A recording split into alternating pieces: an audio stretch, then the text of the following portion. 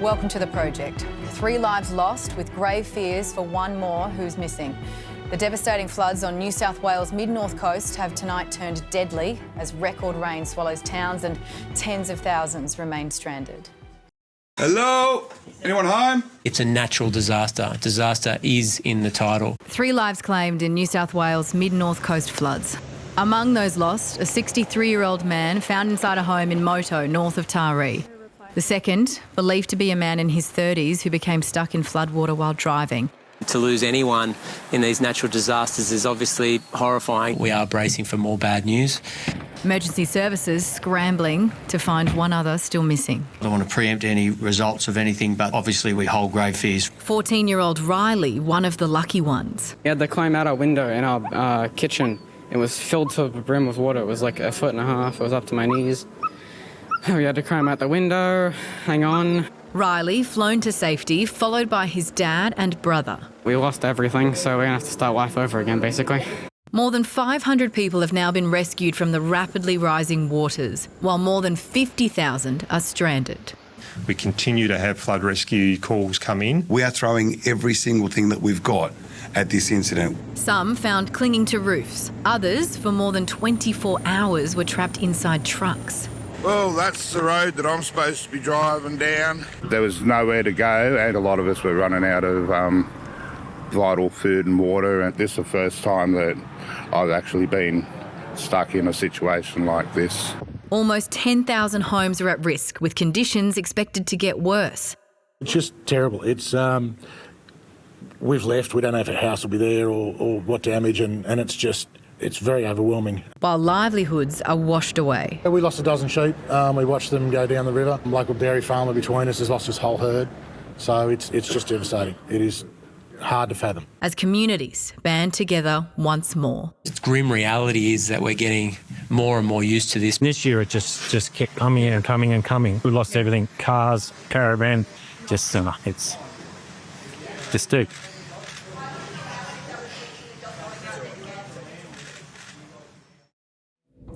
We are live from the lands of the Kulin Nation, and Jake Cleal-Cook is a search and rescue operator. He joins us now. Jake, I understand you've quite literally just touched down from the chopper, completing your last rescue. How bad is it out there?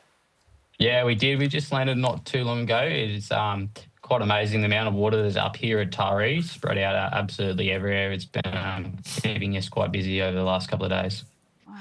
Jake, we've got vision of you here helping winch a woman to safety. Now, people can see you're in the water at her home. How challenging are rescues like this?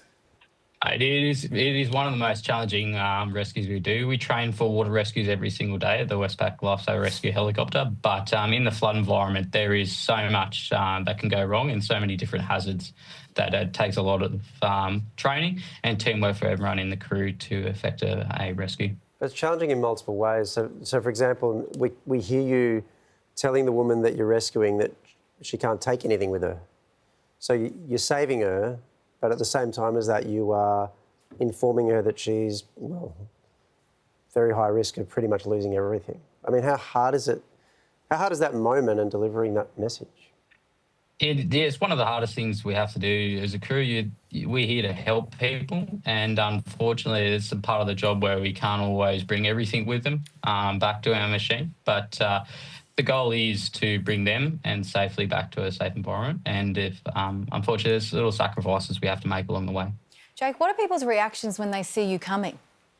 A lot of happiness, a lot of waving, a lot of anticipation, especially the people that are scared of heights. Often not too happy to see us, but generally that we have a good reception any place we go. Jake, you say that you're off tomorrow and you'll be looking at doing any of the jobs that need doing, but what kind of things are we talking about? There's a lot of people isolated in their houses. So with the widespread riverine flooding, a lot of houses are isolated and people staying in place. So we're transitioning from rescue into resupply and maintaining the communities in place. So we've been starting that process today, doing a lot of medical resupplies and transport of people from isolated communities into further help. Well, Jake, thank goodness for people like you and your team. Thank you very much for joining us. Good luck tomorrow. Not a problem. Thank you for having us on. Okay, let's get some more news now. And the coalition reunion could be on the cards just 2 days after its dramatic breakup.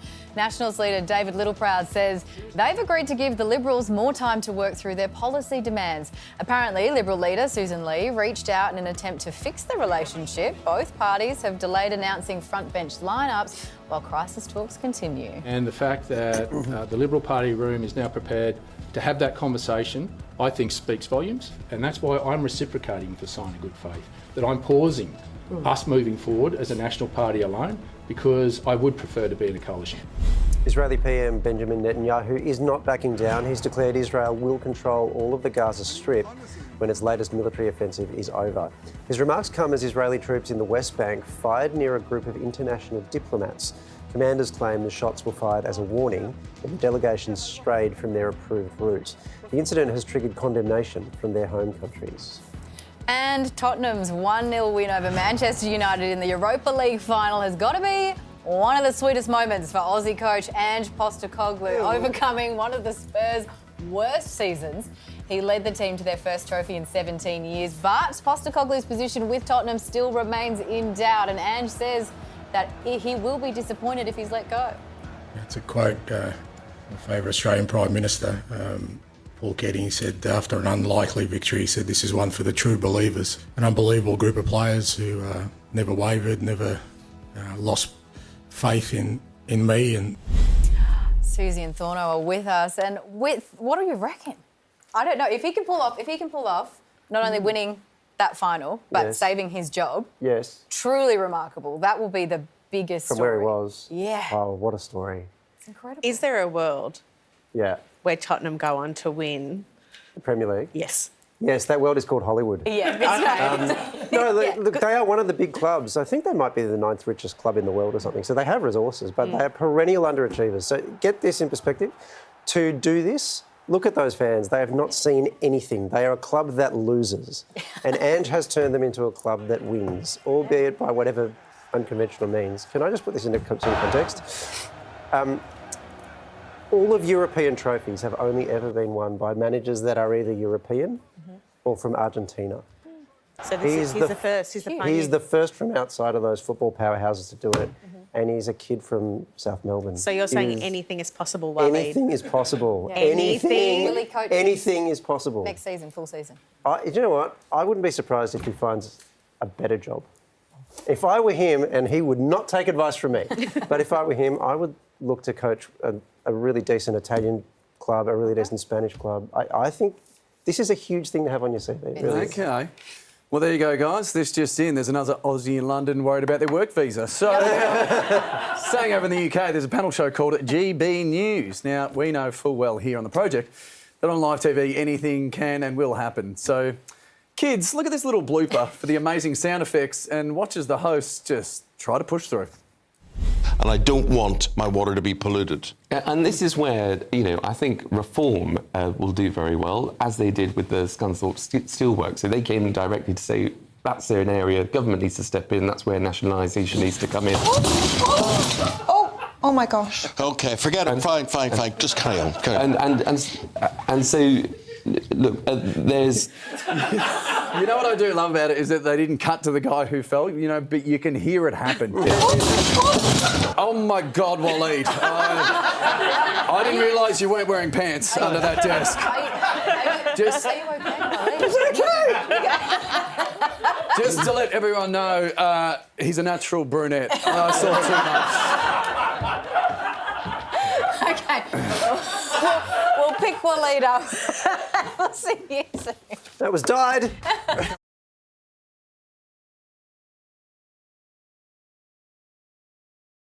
And now go to the project. Now, a diplomatic meeting between presidents has gone off the rails with another world leader hit with a Zelensky-style confrontation in Donald Trump's White House. It was supposed to be a meeting to shore up relations between South Africa and the US. But instead, President Donald Trump confronted his South African counterpart, Cyril Ramaphosa, with allegations of land seizures and white genocide. Look, these are articles over the last few days. Death. Trump also showed Ramaphosa unverified videos, supposedly of murdered white farmers. We are going to occupy land. Ramaphosa pushing back. Have they told you where that is, Mr. President? No, I'd like to know where that is. I mean, it's in South Africa. Tensions rose as the meeting continued, and Ramaphosa tried to set the record straight. That is not government policy. But Trump was unmoved. When they take the land, they kill the white farmer. And when they kill the white farmer, nothing happens to them. No, there is nothing happens. There is criminality in our country. People who do get killed, unfortunately through criminal activity, are not only white people. Majority of them are black people. Ramaphosa tried to lighten the mood. I'm sorry, I don't have a plane to give you.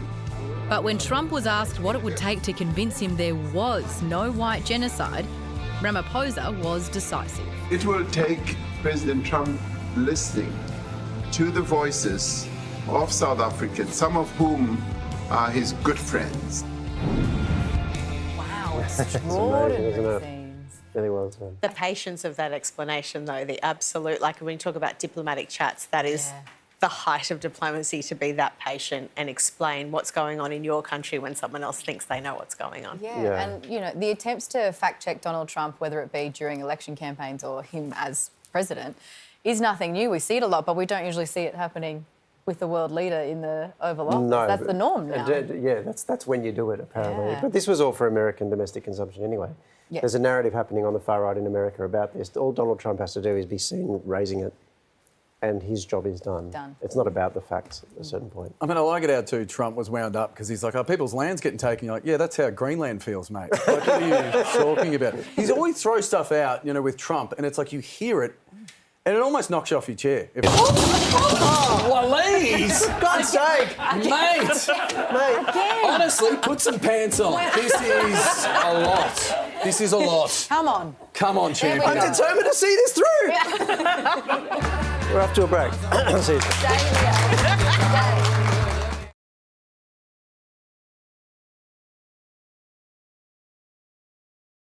Back with the verdict. Now inoculate yourselves, kids, because it's the earworm of a song that's been on rotation for 2 whole decades.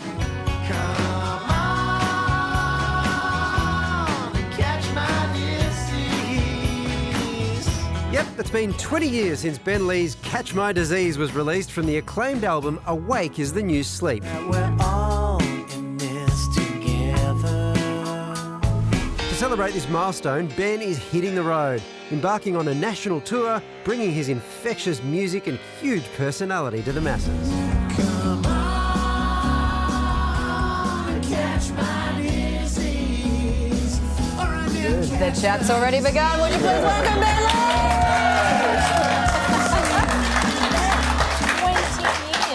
20 years, can you believe it? Oh my God, can you believe it? Like, how nostalgic are you feeling? Well, that's the thing. I'm not an innately nostalgic person. Okay. Like, I never thought I'd do a tour like this even, you know, and celebrate it. I just don't, because I'm always looking forward, creativity projects, whatever. But then I just, like, met so many people that this album, it means so much to them and is connected to, like, them opening up and stuff. And I realized, get over yourself, man. Go out and play the record for people that want to hear it.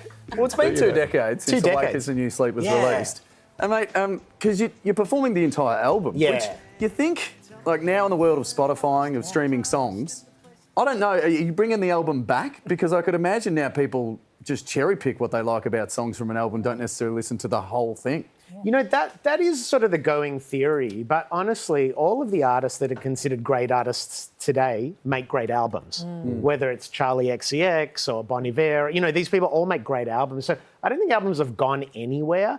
Singles have always dominated the way people talk about music, but albums are where an artist proves, like, what they're made of. You know? No mention of Taylor Swift there, did you? Right, I did pick up on that, but what do you think that this album proves about you? I guess it's... I'm actually hoping to learn that by going out and playing it. Like, it's a mystery I'm trying to crack. Like, the cool thing about writing music is I still have no idea how it happens or why it works and when it... So there's something about it that, like, it's just very open-hearted. I was heartbroken but passionate and falling in love and seeking enlightenment and yet to get heavily into cults, which would come. And, so it was like the beginning of like an addiction that was like when everything's just working great. So it's just like this magical time, and I don't know, that's in me. Yeah, It kind of has this beautiful, innocent, twinkly piano, toy piano sound. It's unmistakable in the song. It's kind of, for me, like a time machine. Do you think that people have been sleeping on the toy twinkly piano, and is it the ingredient to a timeless track? I think toy piano and like maybe LSD. Like I think those are really the key to the secret of rock and roll. Okay, I was going to write that down. Yeah. Okay. I hope my kids are watching. Now, you mentioned that you're always going from one project to the next. The stuff you have done is unbelievable. It's all a million different things. And the one that blew me away, which I only found out fairly recently, 2017, you did an album of kids' songs as someone who's raised Jewish and then became Hindu, I think. Is that right? I've walked around Hindu the mall. adjacent. Yeah. Raised Jewish, Hindu adjacent, and you released a song an album for kids about Islam called Ben Lee Sings Songs About Islam for the Whole Family. Yeah. This is how? Well, I was very interested in comparative religion at that point, and I had this grand plan that was going to be 5 albums, kids' albums, each one based on one of the world's major religions, and just more focused on the commonalities and ethics and that. But I got bored after one, so I never finished the project. I put one out, and it made it seem like I'm a Muslim, which I learnt a lot about. I mean, it's also cultural appropriation, which hasn't aged that well, but still, it was an act of just sort of kind of being an ally to the philosophical, like the mystical, like not people caught up in dogma. In all religions, people are so dogmatic and crazy. But also, you didn't need to do another one. You chose the best one to start. Exactly. Talk about cultural reappropriation. You've got the use the moniker DJ Dad Bod. Yeah. Sorry, I use that at fundraisers for my school. So, are we cool to share it? Well, I mean, I've trademarked it. You could be like Dad Bod Junior or something like that. I don't know. I do like Junior, not Senior. Yeah. What about Daddy Bod? That'll work for me. Daddy's good. Now, tickets for Ben Awakens and Newsletter 20th anniversary tour are on sale now. You can head to our website for all the details. Would you please say, Mr. Ben Lee? Thank you, Daddy. We're off to a break. I'll see you soon.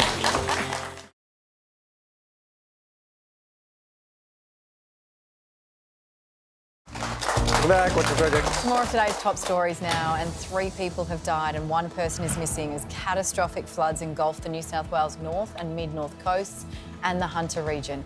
Tens of thousands of people have been left isolated with floodwaters at record levels. More than 500 people have been rescued, some from roofs and cars. Flood warnings have now been issued as far south as Sydney.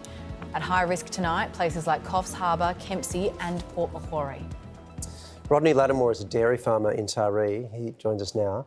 Rodney, do you even know the extent of the damage? The water started receding today, so we could see some of it, but we'll probably need another day for the water to recede enough so we can assess the full extent of the damage of this flood. It never gets any easier. It's hard every time, and it's hard to get back up and get going again. But as farmers, that's what we do. But the floods seem just getting bigger and bigger, and just more devastation. It's pretty challenging. One of those floods you've gone through, Rodney, was in 2021. I mean, we're just staring down. This is only 4 years later. Were you even fully recovered from 2021? Well, 2021 was about a 1 in 100 year flood for the Manning. It was much bigger than we were expecting at the time. We didn't get enough warning. We had a lot of stock losses then. This one, we had more warning. We expected it, but we didn't expect it to be nearly a metre above the 2021 level. And that took us by surprise and caught us out as well. But no, recovery from floods, I often say, farming's like driving a Titanic. It's a very big ship with a small rudder, and it takes a long time to get it back on track. And after 4 years since 21, we still hadn't completed the resurrection of the farm. And now it's sort of back to square one again, I guess. Just hearing you talk about that, though, like you say it's becoming more frequent. You say it takes so long to recover. You're being very stoic, but we can see you holding in the pain that you're experiencing at the moment. Are you sure you can keep going, doing this, face the next one, the one after? Well, we keep saying that, we recover from these and that'll be the next one because that was our 1 in a 100-year flood. We're not going to get another one like that again. But, yeah, to be honest with you, it is really challenging to keep getting back in there and fighting to get it all up and running again. It's, we haven't seen all the devastation yet, but I'm sure tomorrow it'll probably hit me a lot harder. Rodney, I'm just so sorry hearing your story. And I can only imagine right now you're just taking it one day at a time. But have you even cast your mind forward to think about the clean-up? Oh, we started today. It's we had about 700 mils of water go through the dairy, which had never flooded in the history before. So we had a lot of electric motors. We actually, one of our biggest problems at the moment is we've got no power. Our area is just, and we're not going to have power for probably at least 2 weeks because there's a high voltage line that's been taken out. So I had a 50 kVA generator there that we pulled out today, and we're trying to get that dried out tonight and get that operation so at least we've got power to milk our cows because animal health issues is, we have to get these cows milked, otherwise we're just going to have significant animal health problems, not just in the next week or 2 weeks, but the next probably 12 months. Rodney, on that, I mean, there'll be so many people watching you right now and feeling for you and asking themselves how they can help you in a real way. How can they do that? Is it donations? Is it buying milk? Like, what can we do? Well, as farmers, one of the real issues we're going to have going forward, because this flood has happened in sort of coming into winter, we're going to have no feed to get the cattle through winter. I had a nice stack of about 180 odd bales of silage that was preparing me to get through winter. Every one of them's got washed away in this event. So the shortage of feed is going to be the number one thing to get farmers through. But it's not just the farming community. Like, this has hit town dramatically hard as well. There's a lot of low areas in town that weren't considered low areas that have been flooded as well. So it's a whole community thing, not just the farmers. But yeah, it's difficult for everyone. Well, Rodney, we so appreciate your time. We'll keep checking in. Stay strong. Thank you very much. Well, Facebook messages allegedly sent from accused murderer Erin Patterson and claims of a remote factory reset of one of her phones, the latest in the Leongatha mushroom murder trial.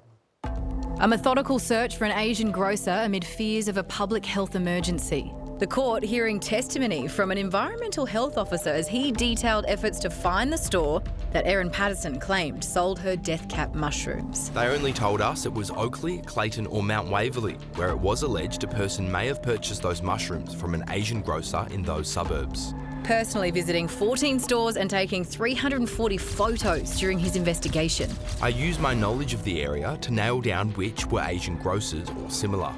The search futile, Patterson later admitting she had foraged for mushrooms but did not seek out death caps. The court then shown Facebook messages allegedly sent by Erin Patterson 7 months before the fatal lunch, found on a Samsung phone seized from her property, appearing to detail frustrations with her estranged husband's family. I'm sick of this. I want nothing to do with them. His mum was horrified I had claimed child support. Why isn't she horrified her son is such a deadbeat that I had no choice but to claim?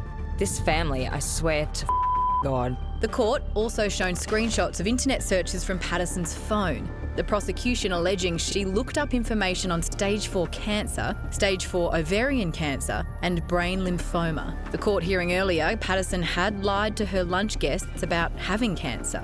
Cybercrime Squad member Sharman Fox Henry testifying he was unable to recover any data from another of Patterson's phones. Based on this report, it appears this device has been factory reset. Telling the court the phone was factory reset 3 times in the week following the fatal lunch, the final time done remotely. Erin Patterson has pleaded not guilty to all charges. Erin Pearson is the Age's crime and justice reporter. She was in the Morwell court today. Erin, we just saw some Facebook messages allegedly sent from an account linked to Erin Patterson. What else is claimed about what she said? That's right. The jury were taken through a string of messages that the prosecution allege were sent to a group of Facebook friends in December 2022. Now, they read out a couple of the names of the people in the group, but a couple of them were also redacted. But essentially, the messages were sent around the 6th, 5th of December. They related to ongoing a bit of a dispute about child support. And there was conversation about Simon Patterson, the fact that this user was saying that he was a deadbeat father, and also that his parents were a lost cause. There was messages in there from the user speaking about the fact that they'd asked for a little bit of help to adjudicate what was going on, and that Don Patterson had refused. The user then said that they were a lost cause and that I don't need them anyway. There was then further messages asking whether or not this user was going to continue to go to the same church. The reply that was read out to the jury was that no, I haven't really been there in a while anyway. The court heard more about the search for the store where Erin Patterson initially claimed that she'd bought the mushrooms. What more can you tell us? That's right. There was a health officer who was employed by the city of Monash at the time of the police investigation, and he recalled getting an email and a phone call from somebody from the Department of Health that asked him to go on a search for mushrooms that may have been sold in 3 particular suburbs of Melbourne, around that Clayton, Mount Waverley type area.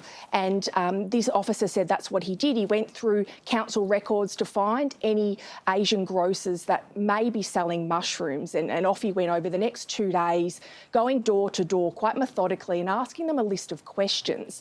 Those questions were, had anybody approached them and asked to sell mushrooms that hadn't been commercially grown?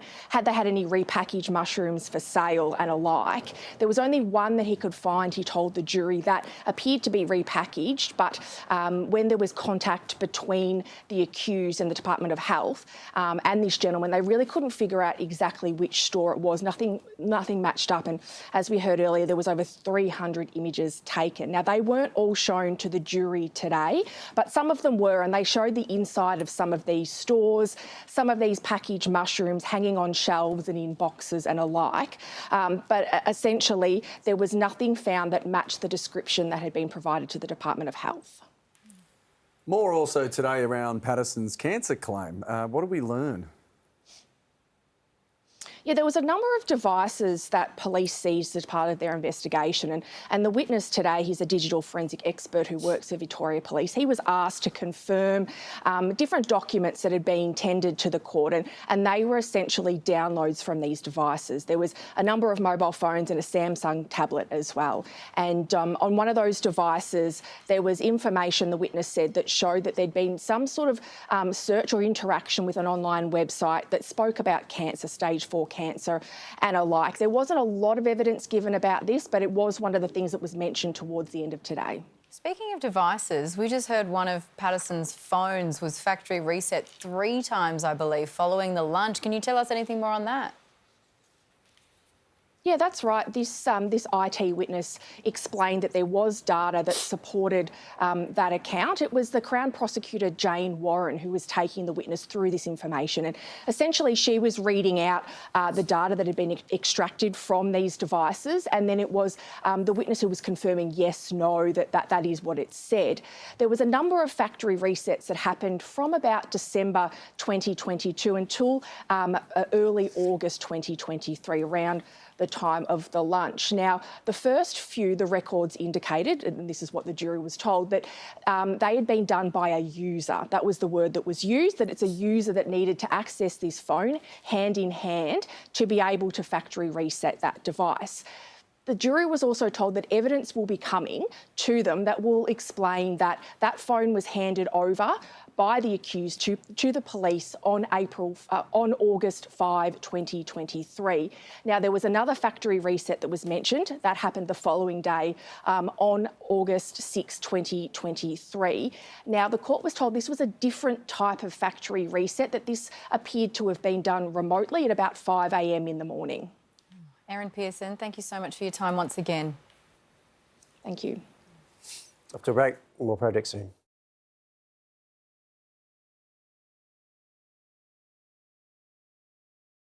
This is The Project. Welcome back. A night out in Sydney with family and friends changed the course of Gemma Harris's life. Until recently, she'd battled with undiagnosed seizures as a result of the trauma suffered that evening. And a warning, some of the themes covered in this story may be distressing. For the first year, I think every seizure and every person that I woke up to that was around me, it was instantly back to that night. Until that night in March 2022, Gemma had only ever had one very mild seizure. Life was full of possibilities for the then 22-year-old. You know, going into the city, getting coffee, going secondhand shopping. I love walking. Walking is my favourite thing to do.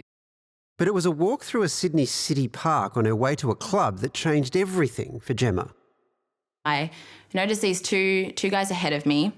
Guess I got closer to them and I noticed that they weren't really moving ahead as I was getting closer. I think I could probably speak for most 22-year-olds. When you're by yourself and there's two guys there, you are going to feel a little bit nervous when you're right next to them. Then they started making a few comments about my outfit. They started asking a few questions about, I guess, what my intentions were and how old I was, where I was from. So I started to walk away, but I knew that I was like, okay, I've got to get out of where I am right now. And yeah, sorry. Things changed really quick. And I don't really remember a whole lot about it. I always thought of myself as being someone that would be able to defend myself.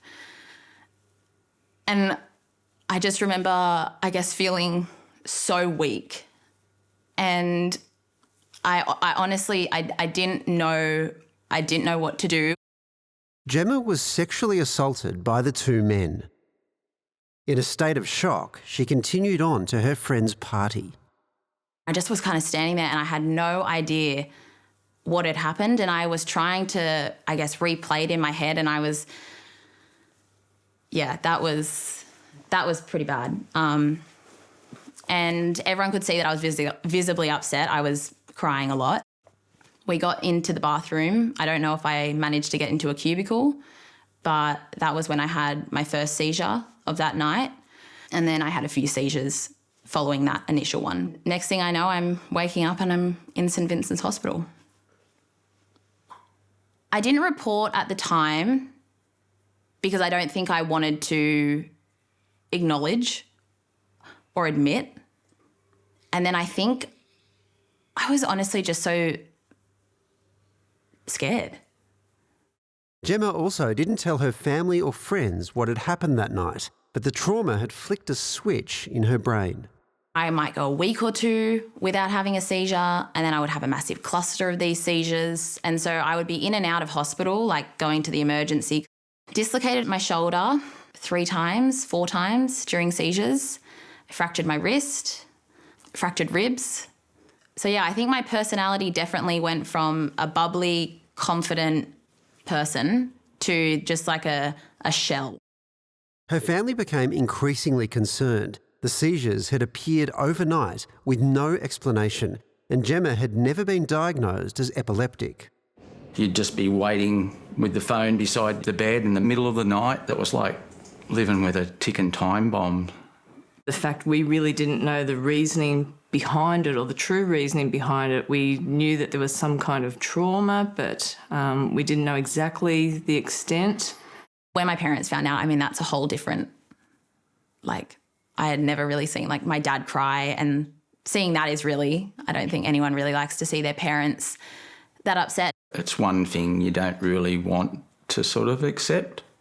The parent's job is to try and keep your child safe, and when they aren't safe, you sort of feel as though you've let them down a bit. It wasn't until we got to speak to one psychiatrist over the phone that said, okay, and he asked for my story. He said, okay, you need to go and see an FND doctor. FND stands for Functional Neurological Disorder, which is how Gemma was eventually diagnosed. That's a pretty broad term for patients who have neurological symptoms of their brain or their nervous system malfunctioning, but we can't see something structurally wrong with it, and yet the patients are still experiencing these sometimes very severe and very disabling symptoms. And there's a lot of people who've been misdiagnosed and mistreated for epilepsy. In Gemma's case, she was experiencing both types of seizures, epileptic, caused by abnormal electrical activity in the brain, and non-epileptic functional ones, caused by psychological factors. Trauma is a big trigger for FND, particularly for functional seizures.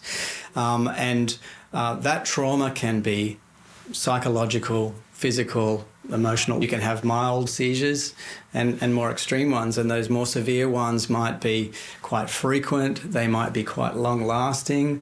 While there's no cure, Gemma has strategies to help manage her symptoms. I have to be really aware of what I choose to do and what I don't choose to do. We can see like her love of life coming back to her. She's studying, so she's sort of getting her life back. So as much as I want to help other people by sharing my story, it's also, I guess, helping myself as well to move forward and open up a conversation that is really hard to have. Part of the healing process, Gemma and her family have organised the Big Walk on May 25th to raise funds for the Grace Tame Foundation. She's an inspiration, little Jemmy. She's a legend. She's a legend, yeah. Like you said, she's a gem. I'm extremely determined to regain control over my life, and I have a clear goal to what I want to get to and what I want to be doing in my life, and I'm not going to let what two people did stop me from doing that. I won't ever forget the night, but I'm moving on from it. Yes, you are, Gem. Yes, you are, Gemma. That's it. It's taking back control, and you are doing that in the best way possible and a selfless way, in that now you are talking about your journey with a goal to help others and raise money for others. You are a freaking legend. Yeah, and her parents seem to be extraordinary people as well. Oh, my gosh. Her beautiful parents and the support. Wow, just what a story. Indeed. Well, on the subject of helping others, if you would like to donate to Gemma's Big Walk on May the 25th, you can head to our website and find the details there. And, of course, if you or anyone you know needs help, you can always call the National 24-Hour Counselling Helpline on 1-800-RESPECT. That's 1-800-737-732. You're watching The Project. We'll be right back.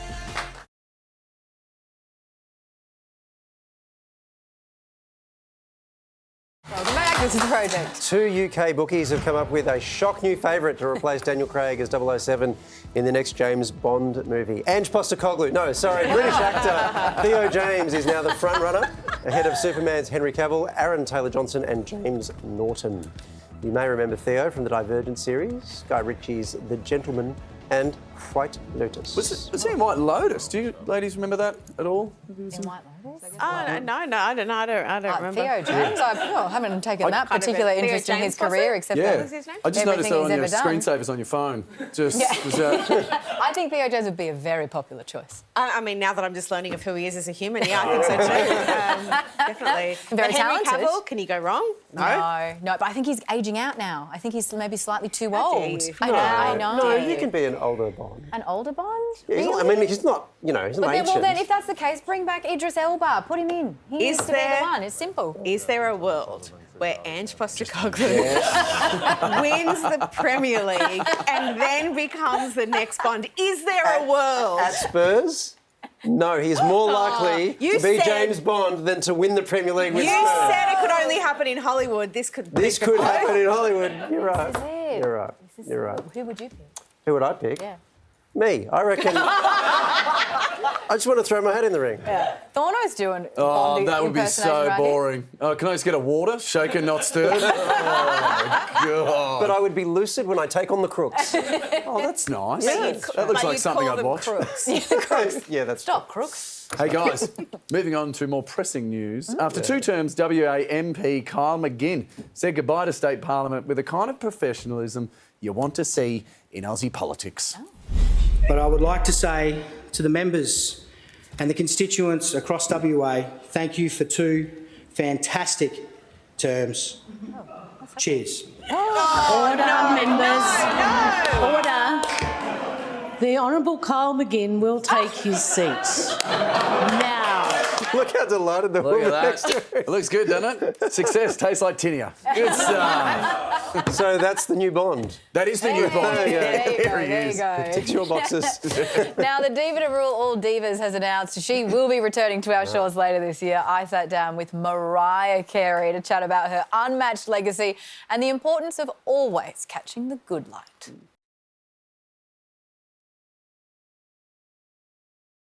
Mariah Carey is a legendary songwriter, record-breaking vocalist and certified icon.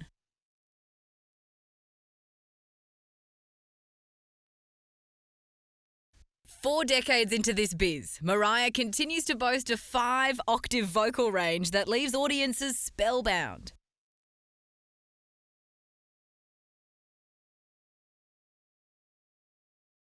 Now she's gearing up to bring that sparkly catalogue down under as the headline act at this year's Fridays Live.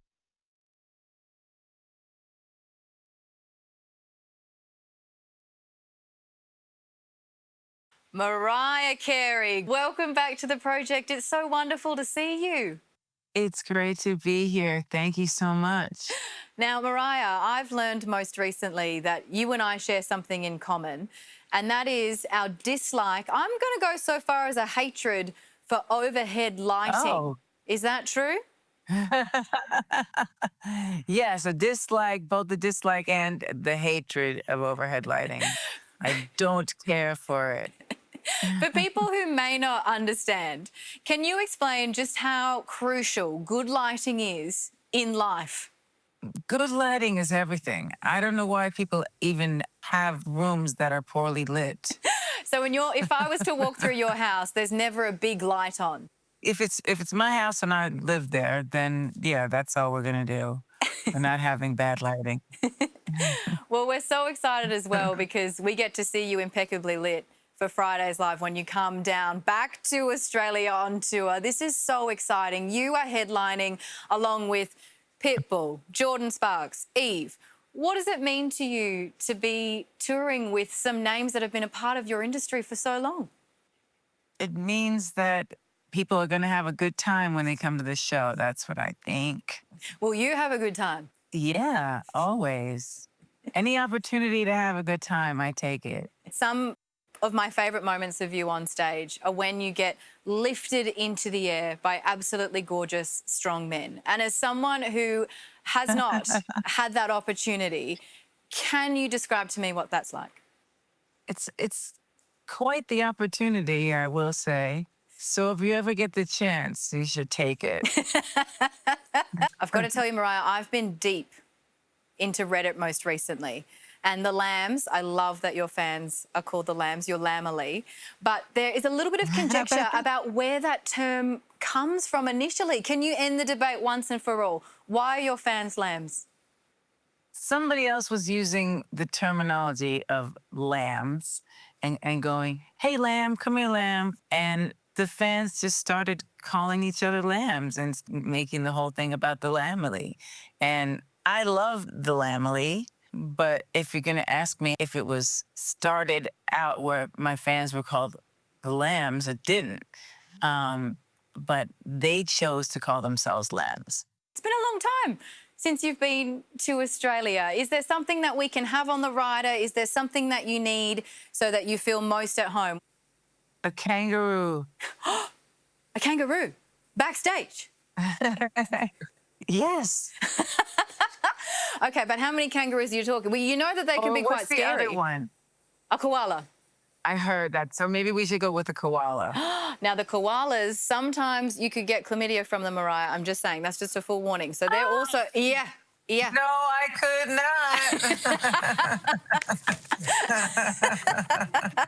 not. We can get you some kind of Australia fauna, I'm sure. Okay. Now, Mariah, we're sort of blessed at the moment in this world because we have so many fantastic female pop stars. You lead that list. But I also find that the higher you get, the louder the critics can get and the bigger the pylon. Katy Perry comes to mind right now with her tour. Do you think that that kind of criticism, I mean, is it fair or are people just assholes, for want of a better word, sometimes? Yeah. Basically. How do you cope with it?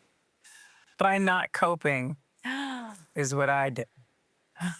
What does that look like? I mean, why? What? It just looks like don't pay attention to it, you know? And everybody else goes through it. So, whatever. Well, hey, there'll be no whatever when you come down under. We're going to get you a kangaroo, a koala, and anything that you want. Mariah Carey, thank you so much for talking. Oh, thank you so much for having me. A kangaroo. Yeah. A kangaroo. I'd love to see one of those backstage. The havoc it would wreak. Well, yeah, you can grab pre-sale tickets for Friday's Live from Monday as well to see Mariah yourself. That is it from us for tonight. Would you please thank Susie Houston, Dave Gorgeous, Taskmaster, 679 Right.